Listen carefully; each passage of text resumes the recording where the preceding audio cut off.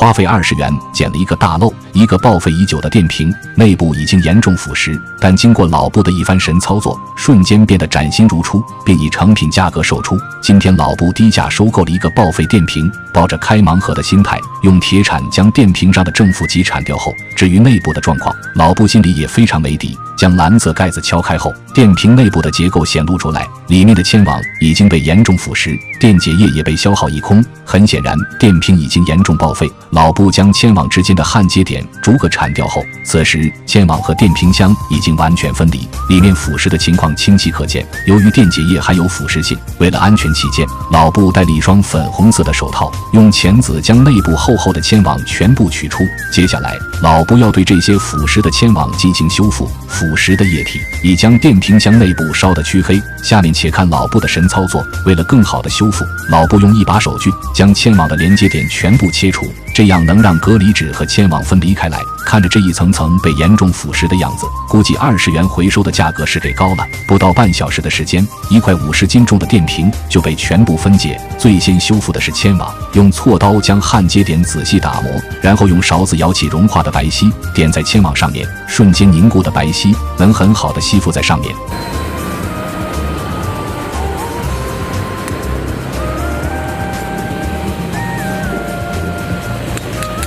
不一会的功夫，就将铅网全部焊接完毕，随后将焊接点多余的部分裁剪掉，裁剪下来的也并不会浪费。经过老布的耐心修复，原本严重腐蚀的铅网现在已经恢复如新。随后又从屋里拿出一袋纸片，这种白色的纸片并不是普通材质，它的主要作用是将正极板和负极板之间隔离开来，防止电瓶接触不良或者短路。一个铅网需要用到2片隔离纸，这个操作会消耗大量的纸片，但好在纸片的价格非常低廉，此过程必须要谨慎到位，以保证将铅网全部分隔开。不一会儿就将所有的纸片镶嵌到位，不得不佩服老布那粗中有细的手法。随后又将电瓶箱用清水清理，可见老布也是个爱干净的人。将零碎的工作做完后，老布又开始了焊接。现在要将这一层层的铅网全部打包好，将提前焊接的地方放入一个特制的模具中，用勺子将融化的白烯倒入模具，待到冷却后将模具敲掉，便可以得到一个完整的正负极连接点。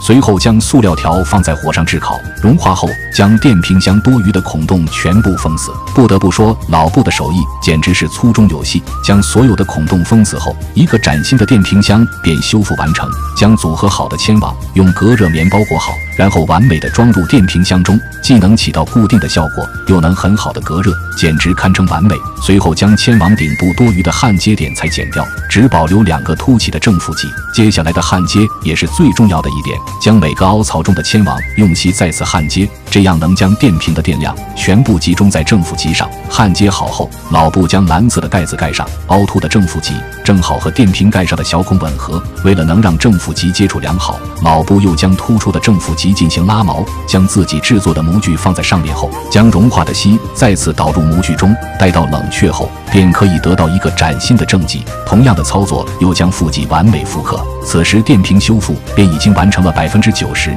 为了让盖子完美的与箱体融合，老布用融化的塑料封装。